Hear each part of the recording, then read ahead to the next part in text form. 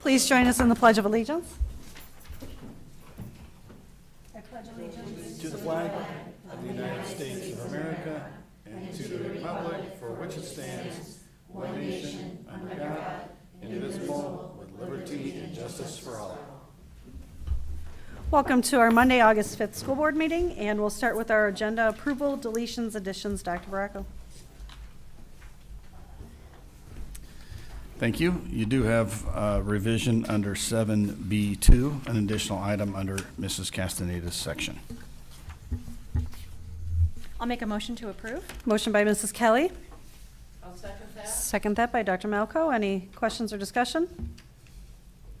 Hearing none, all in favor? Aye. Motion passes. Thank you. Is there any correspondence this evening, Mrs. Kelly? There is not. All right, we'll move into our liaison committee updates. Mr. Marshall. Thank you. Nothing to report this evening. Mrs. Kelly. I also have nothing to report this evening. Mrs. Talent. Nothing to report, thank you. Dr. Malco.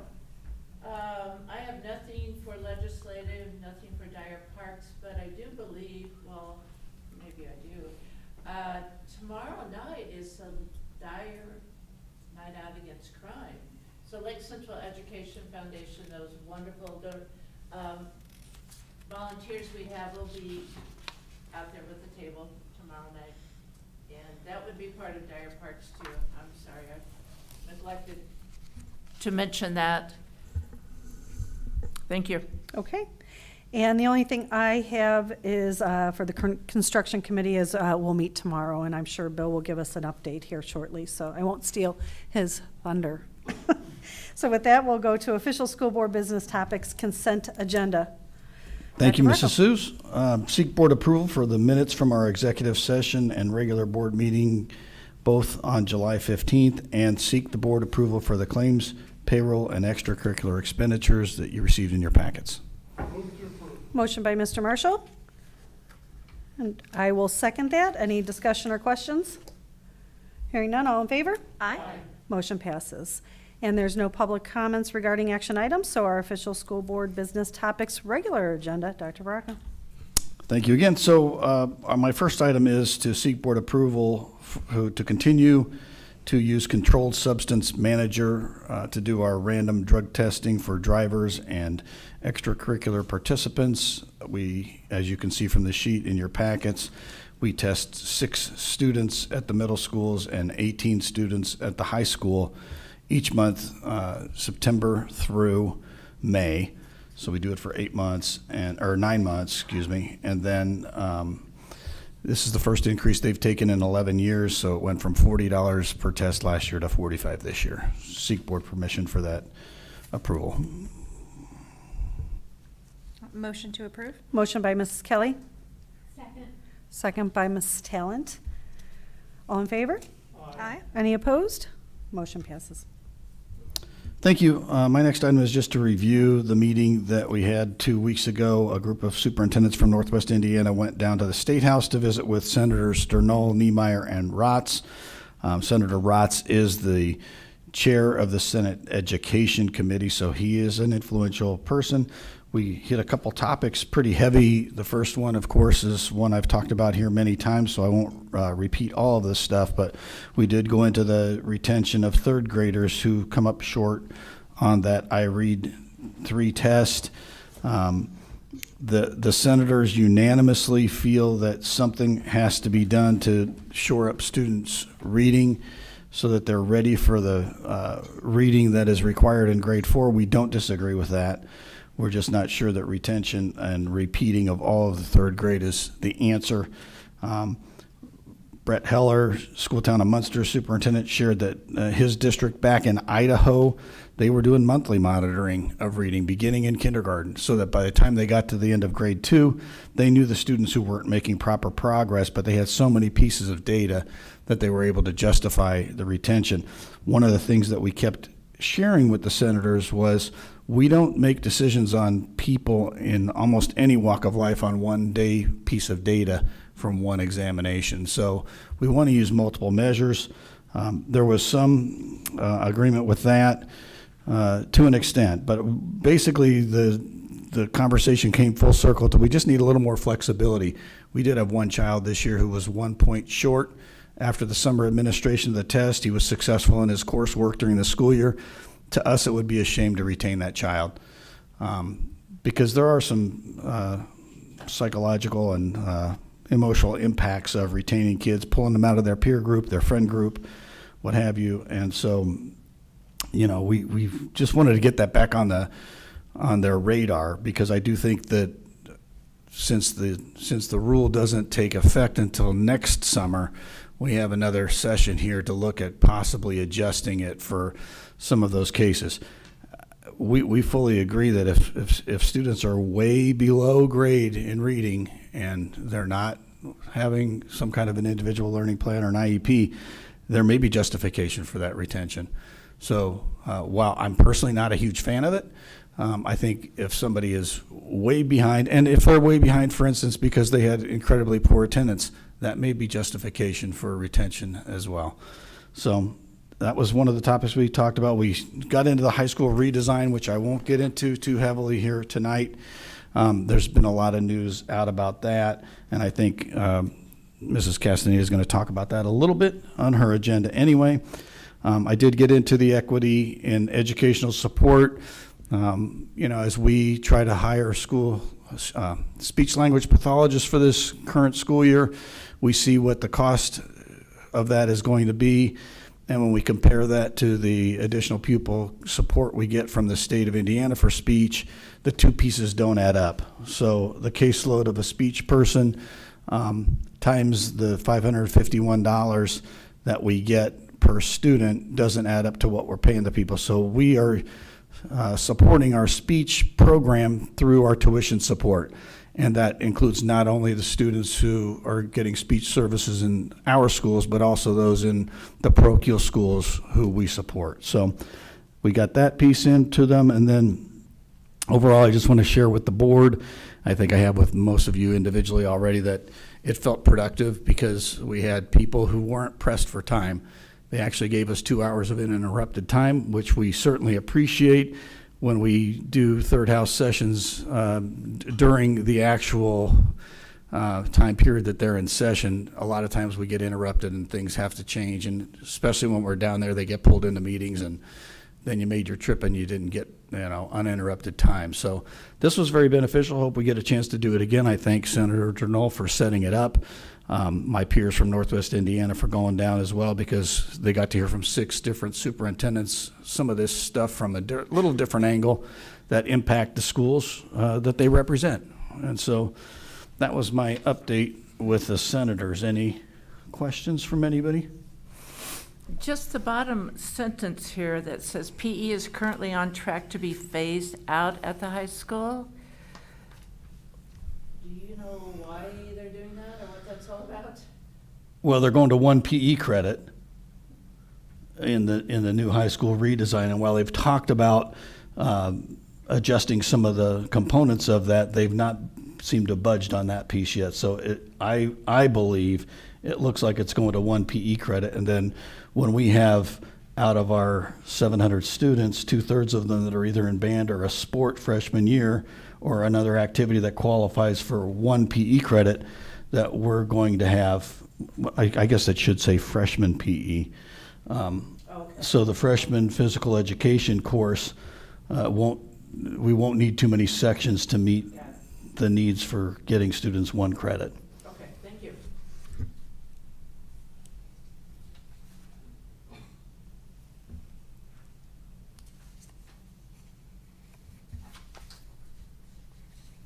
All right, my next item is Board Policy 3220.01. The Indiana General Assembly requires that we have our board re-ratify how we're going to distribute the teacher appreciation grant money every year. You received a copy in your packet where all I did was hand change the date, the effective date on that. So it is going to be effective after today's meeting, and we're not changing any of the rules. So normally we'll talk about these board policies at a work session in case anything's going to change, but when nothing's changed, we actually have approved a board policy that they call it if it's a technical correction, and me just changing the last time it was revised would be a technical correction, but I've always just made a point of bringing everything to you, just so it gets in front of you and you see what it is. So the state requires, I don't know why they require it if we're not changing any part of it, but they do. So here it is. Seek board approval. Move to approve. Motion by Mr. Marshall, Second? second by Dr. Malco. Any questions or discussion? Hearing none, all in favor? Aye. Any opposed? Motion passes. Thank you so much. My last item is to seek board approval to attend the Preparing for the Future Conference. It is a minority administrative conference, the first one that we've had in Indiana. Sharon Johnson Shirley from Lake Ridge Calumet Schools was on that design team, and so she reached out to us. I reached out, and Cassandra Cruz and Yolanda and I are planning on attending. It's a one-day meeting, well, it's actually the evening before. There's a reception, and then it's a one-day meeting, 9/8 through 9/9. Seek board approval to attend that meeting. So moved. Motion by Dr. Malco, Second. second by Mrs. Talent. Any discussion or questions? Hearing none, all in favor? Aye. Motion passes. Thank you. Thank you. And our Assistant Superintendent, Mrs. Castaneda. Thank you. For my first item, I am seeking the board's approval for the personnel recommendations. Motion to approve? Motion by Ms. Kelly. And I will second that. Any discussion or questions? Hearing none, all in favor? Aye. Motion passes. Thank you. For my second item, I am seeking the board's approval for the recommendation for employment of a candidate per Indiana Code 20-26-5-11.2. I'd like to approve that. I have a motion by Dr. Malco, I'll second. second by Ms. Kelly. Any questions? Hearing none, all in favor? Aye. Motion passes. Thank you. And then for my last item, I'd just like to give the board an update on the high school diploma changes that have been talked about over the course of the summer. The State Board of Education met in June and July, and the DOE reviewed the feedback they've received thus far. They shared a new proposition, which is adding diploma seals to the proposal. They claim these seals are the result of stakeholder feedback. I'm not sure if stakeholders specifically asked for seals, but I believe many people were asking to have some sort of plan like the academic and technical honors used to have in those pathways. The three seals they're proposing are an enrollment-ready seal, which would be for college-bound students, an employment-ready seal, which would be for students entering the trades or the world of work after high school, and an enlistment-ready seal, which would be for the military. They shared that they were up to around 6,300 responses at the July meeting, and a lot of that came from the northern part of the state, so thank you very much to our Lake Central family and community members who contributed. However, in July, several of our Indiana colleges and universities also spoke out about the diploma changes. On July 10th, Vincennes University was the first who wrote a letter to the Indiana Commission for Higher Education. They expressed that the Core 40 diploma, specifically the math and English requirements, had prepared students well for college-level work, so they did not need remediation, which is one thing that our colleges and universities have been struggling with. Then on July 11th, Indiana State University followed suit with a letter. They shared after meeting with their faculty and also local school district leadership that they were concerned the changes were going to have a negative impact on the college-going rate in Indiana. They said the current Core 40 and academic honors diplomas provided the rigor that students needed to be prepared for college. And additionally, they were concerned that the new seals would be actually more confusing for our college-bound students and families, especially if they were first-generation students, which is a very valid point. On July 22nd, Purdue University sent a letter to the Commission for Higher Ed as well as Dr. Jenner, and they stated pretty bluntly that after reviewing the proposed requirements, neither the new GPS or GPS Plus diplomas will meet their admission requirements. And that was in regards to math, lab sciences, social studies, and world languages. Additionally, they shared data that students who had achieved the academic honors diploma had a higher GPA throughout college, had higher retention and graduation rates, at least at Purdue. 45% of Purdue's freshman class, which was roughly 9,300 students last year, are from Indiana high schools, and Purdue is very concerned that these changes could have a significant impact on that. And just so you know, 13% of our Lake Central graduates go to Purdue each year. On July 28th, the University of Southern Indiana also sent a letter. In it, they stated that the proposed diplomas and seals seem to have an adverse or negative effect on college attendance rates because they seem to be prioritizing entering the workforce right out of high school instead of going to college. They also stated that the lack of emphasis on a global perspective was concerning, given it's necessary for success not only in higher education, but in employment and the military. They also expressed concerns about first-generation or at-risk students who maybe have less guidance at home on how to apply for colleges and what those admission requirements are.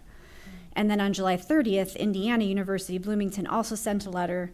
They stated that they supported the enrollment seals as long as the DOE promises to bring higher education to the table and put forth a path of required coursework that students can follow. It found that the students who were best prepared at IU have taken college-level courses like IP, or AP and IB, as well as higher-level math, science, world languages, and social studies, so basically the Core 40 and Academic Honors Diploma. They pointed out that they hope the DOE also keeps in mind that while there are many people who decide to enter the world of work after high school, later in life, they may look for a 2 or 4 year degree or certificate to help them move up in the line of work they're in or to change to a different position, and that they felt if we took away some of the things that are currently in our existing Core 40 and Academic Honors, that they wouldn't have the same solid foundation that they had had in the past to be able to do that. So we're very happy that our state universities did weigh in on this important topic, especially prior to the Department of Ed releasing their second draft, which will be at their August meeting.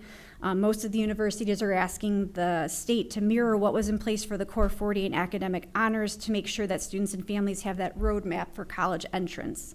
If the goal of the state really is to increase the amount of graduates who are obtaining 2 and 4 year credentials, then they need to create a diploma plan that spells out the coursework needed very clearly for our students and families. We'll see what they unveil at their meeting on August 14th. Hopefully they will listen to the field as they promised when they gathered all of this feedback. Any questions? Is that meeting on August 14th on a Zoom or televised? It is. You can actually go to the State Board of Education website, and if you go to their meetings and minutes, there will be a link that's posted. It starts at 9 a.m. Indy time, 8 a.m. our time. Okay. And I think Dr. Rock and I were talking the other day that it's sort of become must-see TV at this point. I have another question for you as I was looking at the proposed personnel recommendations. The temporary art at the high school, we didn't cut an art teacher, right? No, that is for a leave. For a leave, okay, all right. Okay, thank you. You're welcome. Any other questions? Thank you. Thank you for that update. Our Director of Primary Education, Dr. Bracy. Good evening. Earlier this summer, our kindergarten team from Watson, Brittany Perry, Amanda Merzen, Julie Walker, and Kim Yelich attended the Elevate Conference in Nashville, and they are here tonight to share their experiences with you.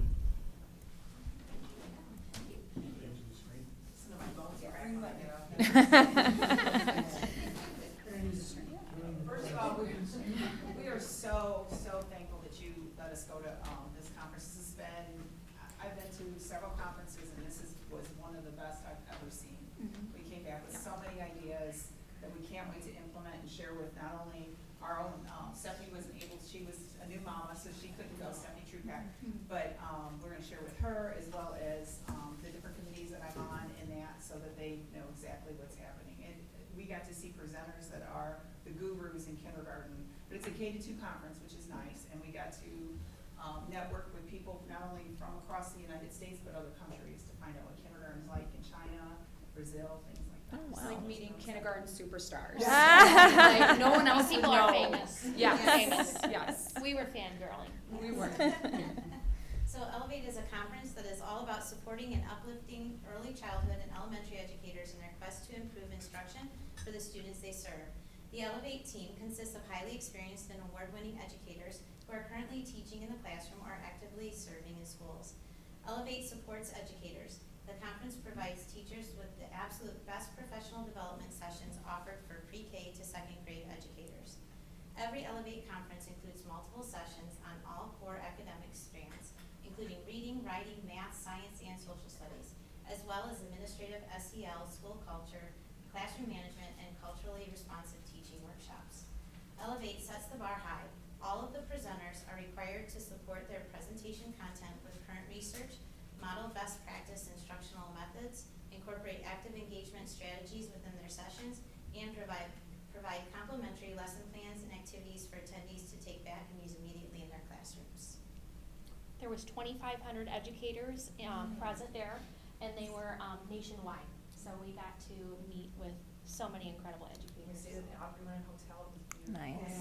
Yeah. That alone is just Yes, breathtaking. it was. It's gorgeous. And the nice part is that it lets you pick the conferences you are interested in. Okay. And Yeah. that, so, Great. I mean, So if many you're not interested choices. in something, you can, pick what your interests are. And so on the first day, we checked in and we got to hear a welcome speech with Mr. Greg Smedley Warren. He's the kindergarten guru who we follow that pretty much created Elevate. And they have lots of ideas and resources that we always are checking into throughout the school year. And they then gave the stage to Cuckoo Kangaroo, if you've heard of them. So we had a kickoff party and got to dance and sing with them some of our favorite kindergarten songs and movement breaks. 2,000 teachers like a Bon Jovi. Yes. Seriously. And mind you, when the doors opened, it was as if Disneyland Black opened. Friday in the 90s. It was, yes, Yes. everyone was rushing in, we're like, oh We my held gosh. hands, We held especially hands. so I wouldn't Yes. get lost in the crowd. They have a whole bunch of handouts, things that they gave, binders, things like that, a lot of freebies and stuff, teachers on freebies, binders, and Post-it notes, whatever. Oh, yes. All the goodies. Little t-shirts. Yes. Real nice. So, Jerry Brooks is a principal. I'm sure you've seen him on social media. He is amazing. He has a southern drawl. He is hilarious. But he was a keynote speaker on the first day. It was amazing. He said educators, school board members, administrators are like ants. We can carry 10 times our weight. And we have to remember that we carry our kids, we carry our grandparents, we carry our parents, we carry our community. But we need to take care of ourselves. Because if we don't take care of ourselves, we can't help anyone else. Another thing that he stressed is reaching out to parents. Parents are scared. They don't know exactly what's going on. They want to hear from teachers, and that they not only want to hear the bad part, but they want to hear the good part. And that, and so he gave some great techniques on how to do that. This was cute. He says he hands out to all his teachers a pacifier to remind them that no matter what age that child is, it's somebody's baby, and you need to treat them like that. No matter the behavior or the situation, That is someone's. that is somebody's baby now. So we'll be passing out Great. pacifiers. Oh, And sorry. then PB&J to pass out to his staff, because you have to stick together, you have to build each other up, you need a positive school climate. And that you see somebody doing something good, you tell them, whether it's the lunch lady, whether it's the custodial, whoever it is, you need to build them up, because they need to hear that praise, our bus drivers, everybody, and find ways to, instead of knock each other down, pick each other up and help each other. Guard your heart from jealousy. Yes, Yes. that's very important. And the coffee cup, I don't even know if I can say this without YouTube, crying. yeah, YouTube it. It's a Yeah, beautiful It's a story. beautiful story about a little Jerry girl. Brooks coffee mug. Yes, I'm it sure you is. could find it. It will make you cry. It's about a little girl who had nothing, and how a teacher just uplifted her. Preserved and their preserved her dignity. dignity, Yeah. and she wanted to give a gift, and that's the classroom and stuff. Yeah. It's absolutely beautiful. Very inspirational. This was, Holly, if you get a chance to even hear anything from Holly, she's amazing, because I love her because she's been teaching kindergarten for 30 years, and she will be honest on how she used to teach is not how she teaches now. She's actually now, she's in the colleges, and that she's from Indiana and stuff, and she actually teaches teachers how to be teachers, and that the best way, but she taught us that we're brain surgeons. From K to 2, every teacher is a brain surgeon. We need to learn how how students' brains are wired. And one thing that I always know that kids sometimes struggle with identifying letters, but our brains are not pre-wired to do identify letters, connecting letters to sounds, reading printed text and stuff. And so she gave some great ideas on how to help us learn how the brain works and that, and I thought it was great. The reversal, she showed us like all the time, the kids mix up B and D and P and Q. If you look at in the corner there, it's like, they don't see it that way. They know it's a chair. They just know it's a chair. It's a stick and a circle. They just know it's a chair. So she gave us great tips on how to visually teach and, how to lead with our sounds and that. She's dynamic. She has actually a class with Jake, who we'll talk about in a little bit, that you can do. Teachers can take their class, and they have access for a lifetime of it, but they give really good tips on how to do science of reading and that. She's amazing. So Kim, is she from Huntington College in Indiana or Huntington University, somewhere else? I think that's where she's from. I know that she's from Indiana. Her daughter, she has a set of twins. Her one daughter is now the Coates photographer, and that's where she lives in that area and stuff like that. In fact, we met her daughter in that, but she I'll find out for sure. So, exactly. yeah, where She's she- really accessible. Where she works, if she works in Yes. Indiana at Huntington, that'd be really close. Yeah. Well, Yeah. and here's another thing that you can do too. They will come to our schools. I don't know how much the money is. But they actually will bring Elevate to the schools and actually, you know, do There you some go. teaching and stuff, which is amazing and stuff. Anybody, okay. sorry. Go ahead. No, I could do it. No. Okay, you guys are supposed to jump in. I'm here. No, so then we had, Mr. Greg, and he is, like, Kim said, the guru, and one of the, I think, more inspirational, everything was inspirational, but just kind of a refreshing for us. He really focused on how 10 to 20 minutes each morning can change the entire dynamic of your classroom, and how to make things more family-like. I know we're always focused on the academics and the curriculum, but, you know, he really put into perspective how important it is to build that classroom family, and how to set something off, you know, at the beginning of the day, setting it off right for them and ending it that way too. So he discussed all these ideas about morning meetings, ideas for greetings, activities, morning messages to use in your classroom. He gave us a ton of ideas on how to incorporate a morning meeting that focuses and brings in some of those academic things too. So those ELA activities and fine motor skills. He kind of shows you how to put it all in there so it doesn't really feel like work to them, you know, so that was really cool. Things like kids share and ask, like who, what, when, and why questions. You know, they all love to talk in kindergarten. So like when they get an opportunity, they're not looking at it like, oh, I'm practicing open-ended questions. They're like, yes, I get to talk. You know, I get to share my story. So, and then he eventually told us how he transitions things onto his students and they lead the morning message. So that was really cool. He gave an alarming percentage, I can't remember, but it was very high nationwide on how many students feel like teachers don't even know their names. And so that was like the main, you know, importance of starting your morning right, greeting them by their names and creating that, you know, family-like atmosphere. Jake Daggett was, he is a glass personality. Yes. If you guys think Kim has a personality, blows it right out of the water. Yeah. He's really fun, but he focused on strategies to get us moving and grooving with multi-sensory approaches and phonics in the daily phonics block. So he is just, he's also like a Instagram, Facebook famous, social media guru, and he's always sharing videos of real lessons. That's what I loved about this whole thing. All of these presenters gave real videos From their what it looks like in their classrooms. classroom. Yeah. He's showing a lesson, and the ones, I have to go to the bathroom.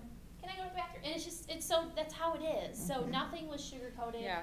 I really liked him because, like I said, I felt like he gave us some real insight on what to do in the He's been classroom. on the Kelly Clarkson That show. was- That was the yeah, video. yeah, that was the Yeah. video that They the were there little girl videotaping ran and the for. little girl kept asking to put the What did your T-shirt say? I see you're all in matching Oh, T-shirts yeah. and things. Howdy kindergarten. Yeah. We had to go to Nashville theater. Like it? Cute. Alexia Pendleton, she was our hip hop kindergarten teacher presenter, and she was phenomenal as far as how to infuse hip hop and just make it a centered, culturally responsive classroom. And really, her focus, and I think our biggest takeaway was learning about the children and their names, how they got their names, and being able to share that and And why what it's those mean. important. Yeah, what those names Shared a lot meant. of literature that we could get to tie into our classroom that shows kids, you know, how important our names are and how to make a graffiti poster with their names and kind of how hip hop ties into a culture and bringing that culture into your classroom so that they feel welcome and a part of that room. And then, of course, you can add some beats to it. Yes. And it's fun with it, too. And Yeah, she used a we're lot of pounding out hip-hop music singles. for phonemic awareness activities and things like that. I mean, what kid would want to be moving around and dancing to hip hop and, you know, oh, I did hip hop in Yeah. kindergarten. That's like a Yeah. blast, but Yeah. she's a dance teacher too, so, yeah. Oh my gosh, Jack Hartman. Jack Hartman. That was like meeting Elvis Presley. You want to see a bunch of women just going crazy for a 70-year-old man. I think Julie even went down to the front to say, oh, sweat on me. Oh my God. I did get quoted his music, if you've ever seen or heard his music, it's all tied into, movement, it's, brain development, it is letters, sounds, everything you can think of. We did ask him if he could make a song on how to use the bathroom correctly, and a few other things that we have trouble with, because, I mean, our kids will, as soon as he comes on, Jack Hartman, you know Oh, what yeah. I mean, it's amazing. I He's told a my big part of all of our 5-year-old classroom. I was Yeah. going to meet Jack Hartman, and she's like, "What?" And she told her preschool teacher, "My mom's going to meet Jack Hartman." Aww. Yeah.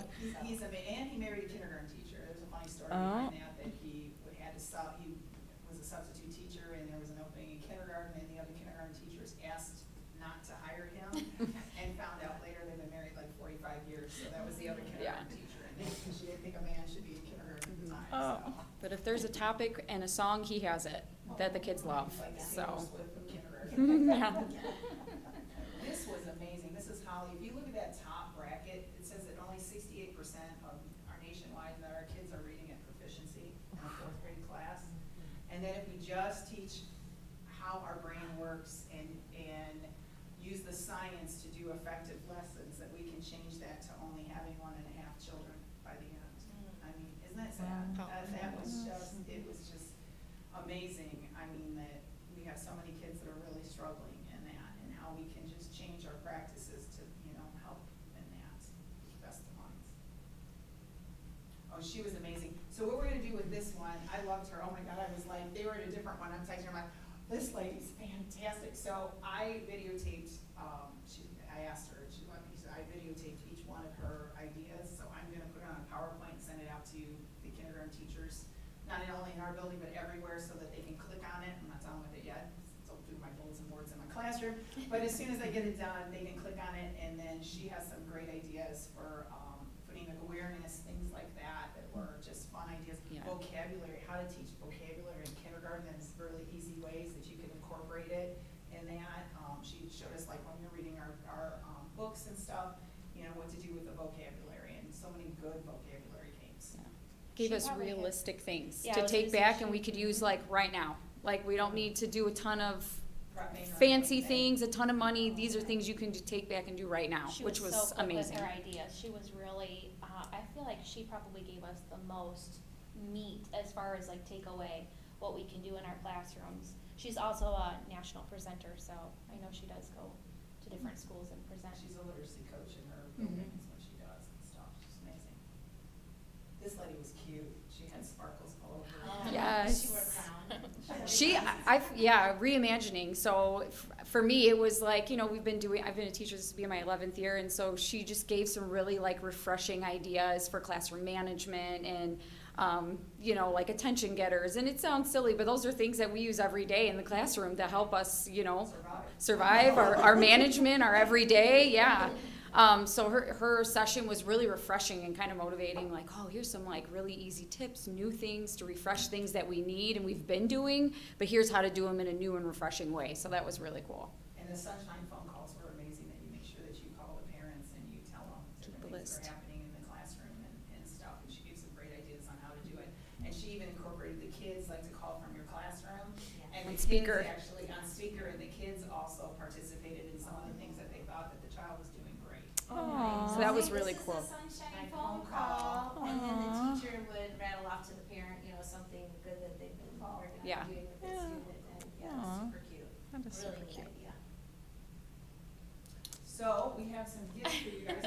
First of all, we want to thank you for letting us go. Yes, it was It was Thank you. amazing. Thank you, guys. And, as I'm doing this, by the way, it's, if we could ever go again, we'd like to, and right now it's half off for next year. Oh, hey. And thank you. Thank Yolanda, for you. letting us, go. It was Yes. amazing. Aw. So inside your bag is some extra gum and Oh. some ants and that. Wait a minute, let me keep going. Hold on one second. There we go. So Jerry Brooks was all about his object lessons. And Yes. so those first For his that staff. first slide, we were telling you guys about the coffee mug, the pacifier, the ant. So there is an ant in your guys' bag, just to Aw. remember that object lesson that Yes. you're always carrying the weight of others in this profession. But And it we was, see I'm it. I have to telling see you, the it ant. was so, and it was just so nice to be able to talk with our educators, talk with our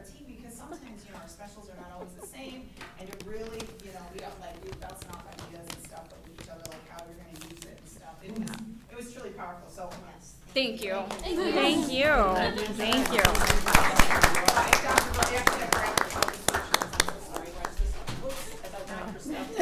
They're all the same, but, you know. He's got the bigger ant, huh? It's Oh, in there you go. Nashville. It's in Nashville. Minnesota and Texas next year. Did you go to Hattie B's Chicken? No, they had us so busy that we didn't get to go downtown now, that was amazing. Of course, I can people watch and I don't know if it's being recorded, but there was a lot of stories. I'll just tell you, this is a sweet thing, my nephew lives, like, literally, I could see him from downtown, his apartment, and he came down, and I've not been in a car since he learned to drive, he's 25 years old. He picked me up at the hotel, we went out to eat that night, and I'm like, oh, my little nephew, he's all grown up and stuff. Aw. Yeah. It was amazing experience. Cute. Well, thank you for bringing that report back. Yes, thank you.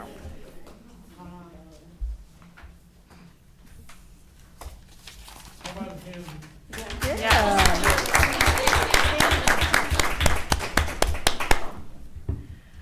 All right, we'll move on to our Director of Secondary Education, Mrs. Schuneman.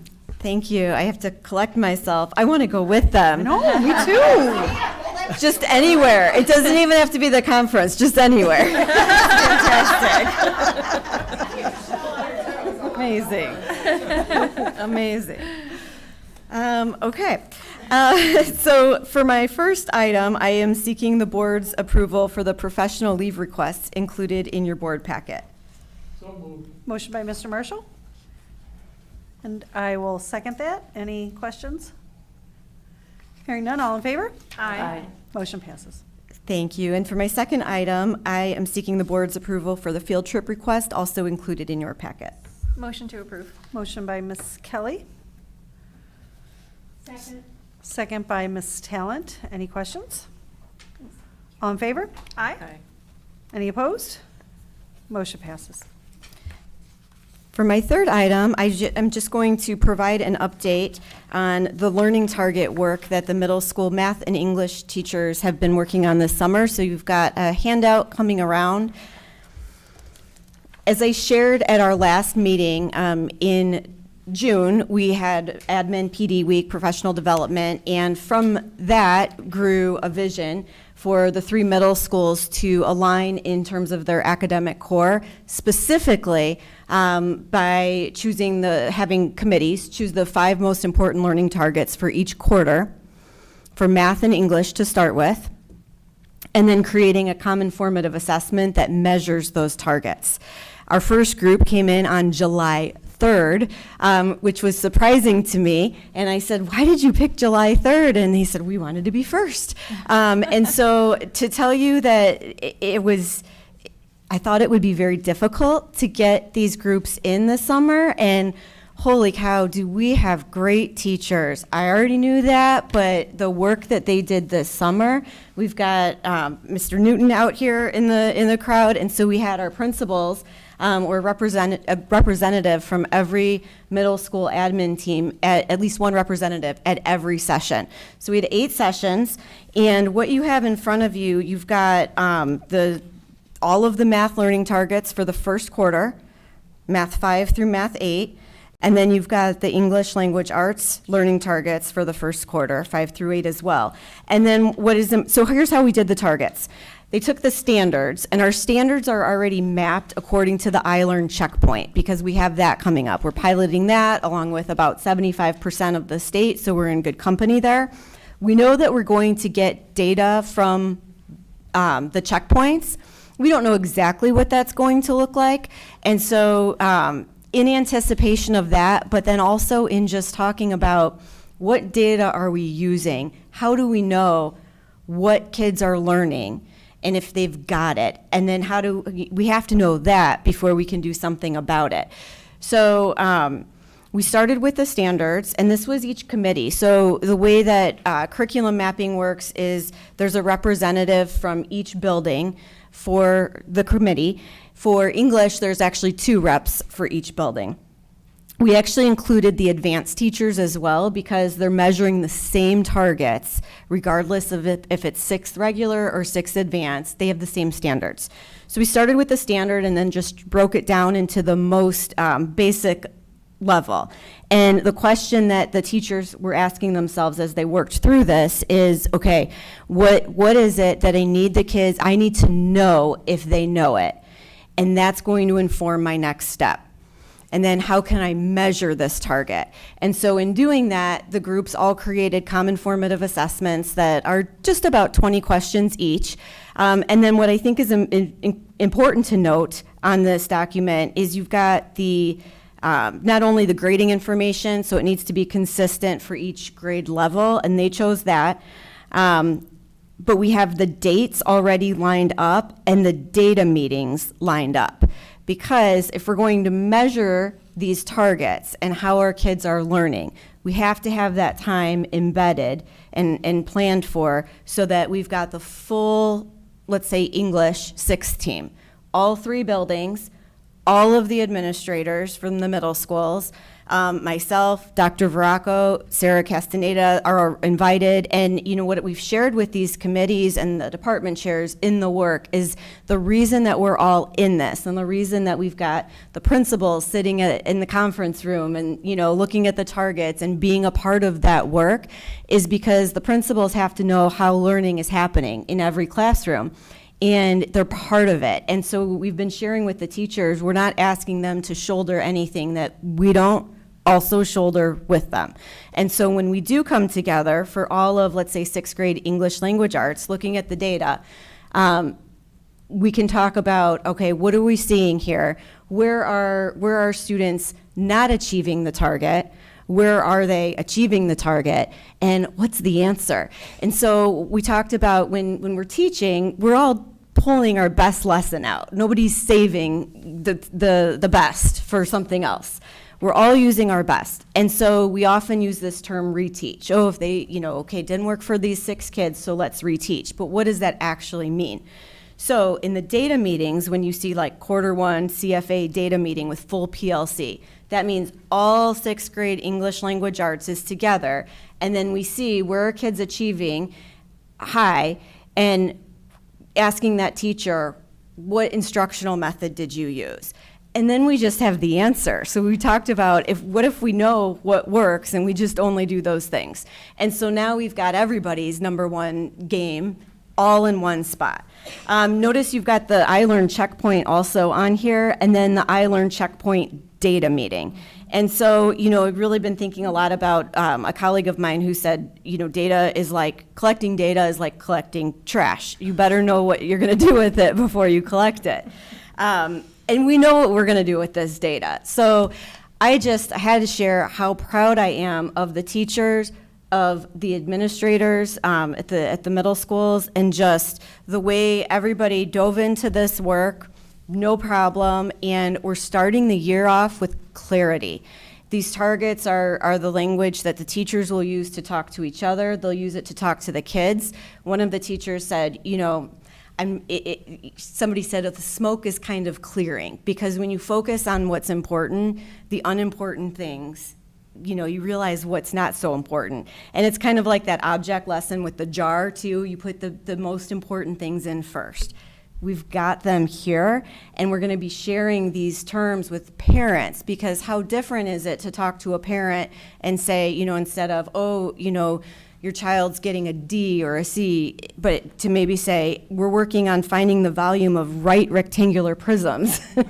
And, it really reminded me too of the science of reading, where, if my child is struggling with reading, I might not know what that means. If my child is struggling with LYs, okay, now I can understand that. So just the clarity, and I'm so excited to start the school year this way. And again, just so proud of our teachers for coming in and doing that work all July, and our principals for moving the work forward.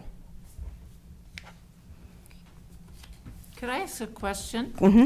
What is 5CA2?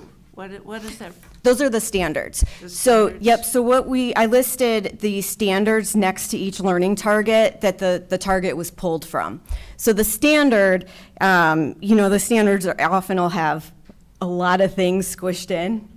And so there's more to the standard than just what these targets tell us. We've got it down to the most basic level. And so it's important to note, they're not just teaching these 5 targets. They've got their standards, they've got their lesson plans. It's just these are the things they're focusing on, and this is the common measure that we're using. So CA stands for, on the first page, CA?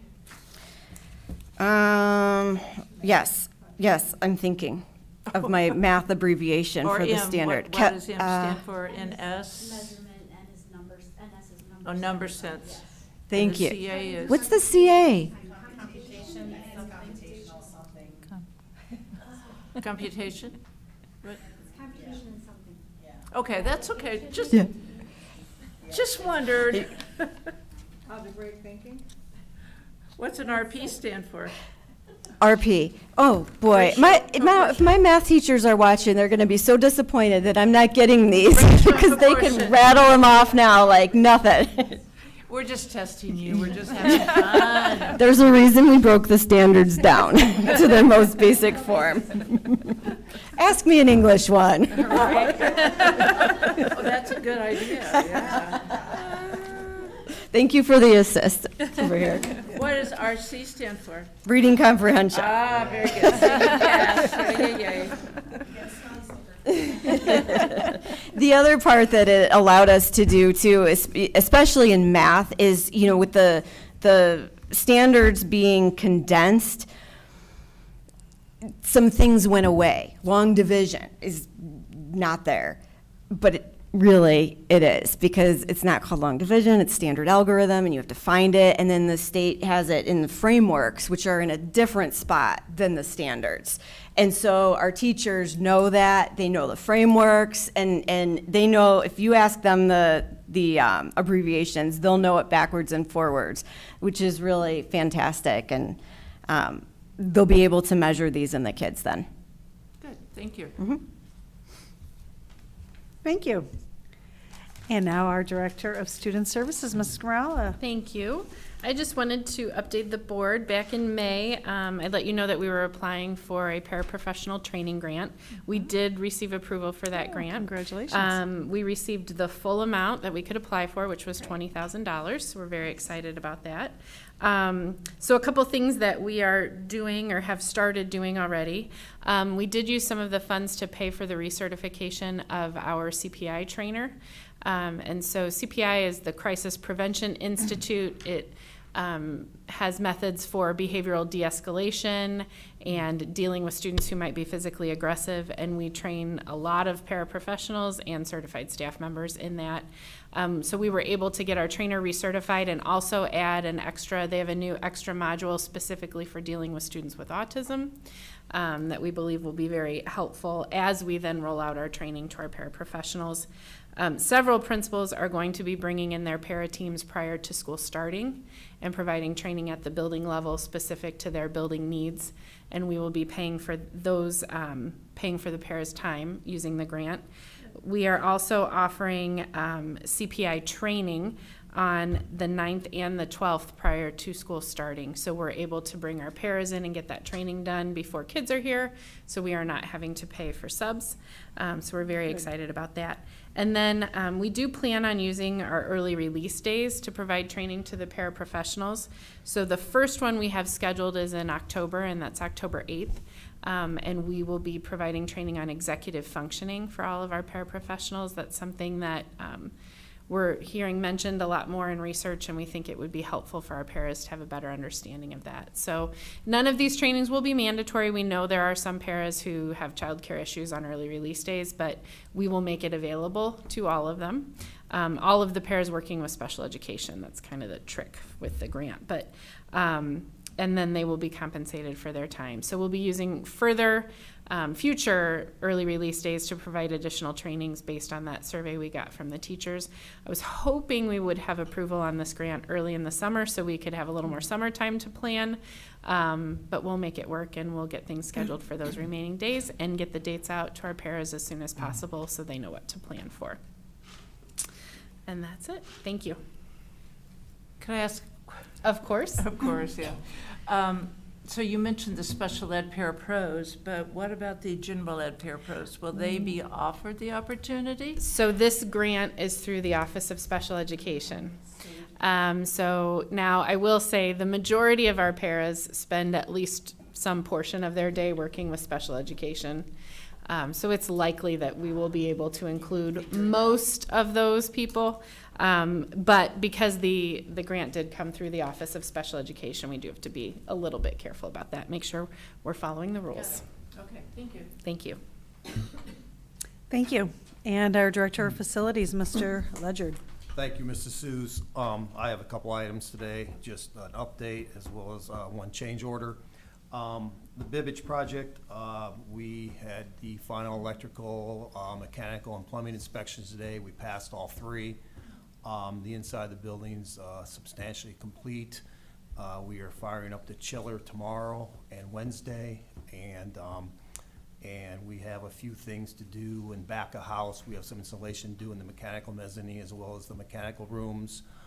We have some test and balancing to do, but that's all kind of behind the scenes. And we have a few items outside. We have the dumpster enclosure and the chiller enclosure, which we can't do till we finish with the chiller. And we have some trees to plant, which we'll do in the beginning of September on the west side, as well as a few little odds and ends on the outside. But we have the fire department coming Wednesday as well as the final inspection. So I think we're in pretty good shape for that. We've got some alarm things to finish up tomorrow.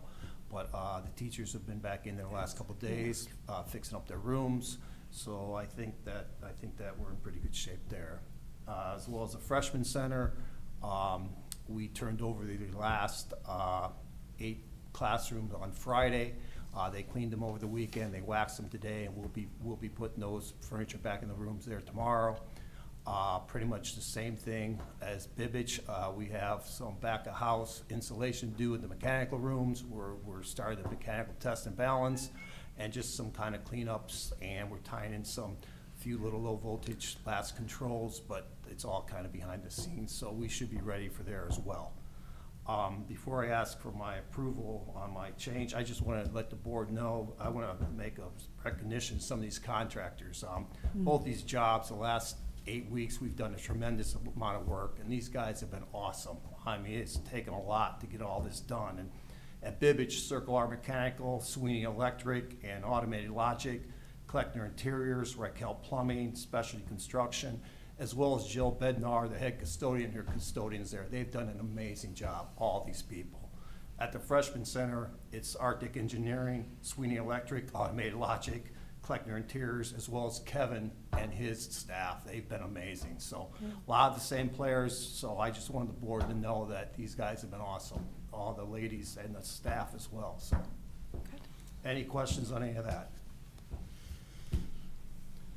My last item is to seek your approval to award the SAI change order number GC 1-005 to Arctic Engineering for the Freshman Center in the amount of $37,611. And this is to tie in all the exhaust fans at the high school, at the Freshman Center and the high school to the building management system. So it's going to be more efficient that way. And since we got all the ceilings open, we are going to do that. And this will come out of the contingency. Move to approve. Motion by Mr. Marshall, Second? second by Dr. Malco. Any questions? Hearing none, all in favor? Thank you. Motion passes. Thank you. And our Director of Business Services, Mr. James. Thank you. My first item is to seek your approval for the professional leave request in your board packet. Motion to approve? Motion by Ms. Kelly. I will, Dr. Malco, second it. Any questions? Hearing none, all in favor? Aye. Motion passes. Thank you. And my second item is to seek your approval for the donations that were listed in the board packet. Motion by Ms. Talent, and I will second that. Any questions? Hearing none, all in favor? Aye. Motion passes. Thank you. That's all I have. And we have no public comments, so we'll move right into our board comments and consideration of future agenda items. And we'll start, Mr. Marshall. Thank you. No comments this evening. Ms. Kelly. I just want to wish our students and our families and our teachers a great first day back. Hopefully it's the best year ever. That's all. Thank you. Ms. Talent. I just want to say thank you to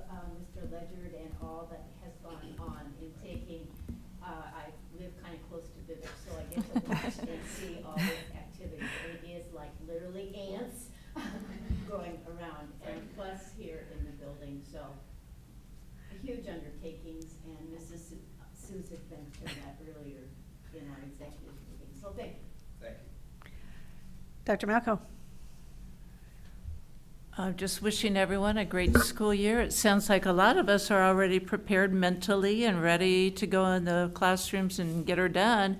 I know a lot of my friends at Bibbage are very excited about the facility there, Mr. Ledger. They're very, even though it wasn't air conditioned, they didn't care because they got new chairs and new desk. So, yeah, I think it'll be a great year. Nice strategies with our curriculum ladies. So keep curriculum professionals, not ladies. That didn't sound right. Curriculum professionals. So keep up the good work. Thank you. And I echo what everyone has said, and Mr. Ledger, thank you. I know you've worked really hard to get us at Bibbage to where we're at, as well as the high school. So with that, I'll turn it over to Dr.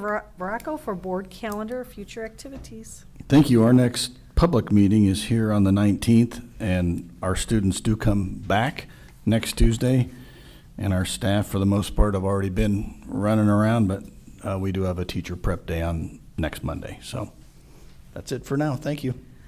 Thank you. Do we have a motion for adjournment? Motion to adjourn. And I'll second that. So Dr. Malkow, second.